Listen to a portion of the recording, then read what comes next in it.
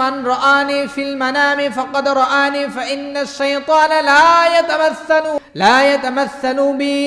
নবীজি বলেন, যে আমাকে স্বপ্নে দেখলো, মান রাআনি ফিল মানামি ফাকাদ রাআনি মিনাশ শাইতানা লা ইয়াতামাসসালু বি। যে আমাকে স্বপ্নে দেখলো সে আমাকে স্বপ্নে দেখলো, কেননা শয়তান সবার রূপ ধারণ করতে পারলেও আল্লাহ রসুলের চেহারা ধারণ করতে পারে না। তাহলে যে আল্লাহ রসুলকে স্বপ্ন দেখলো সে যেন আল্লাহ রসুলকে কি স্বপ্নে দেখ। বিশ্বের বিভিন্ন প্রান্ত থেকে হাজী সাহেবরা হজ করার পরে গভীর আবেগ নিয়ে, মহাব্বাত নিয়ে আল্লাহ রসুলের বাড়িতে যায়, আল্লাহ রসুলের সাথে সাক্ষাৎ করে আসেন।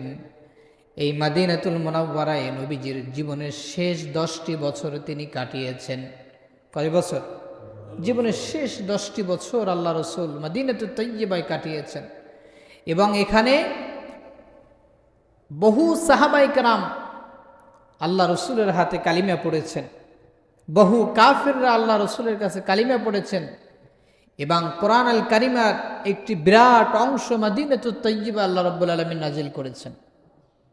শুধু তাই নয়, এই পৃথিবীর মধ্যে ইসলামের যে সূচনাটা, ইসলামের যে দিক, এই দিকটা, নিদর্শনটা মদিনাতুত তয়্যিবা থেকে তামাম পৃথিবীর মধ্যে ছড়িয়ে পড়েছে। সুবহানাল্লাহ।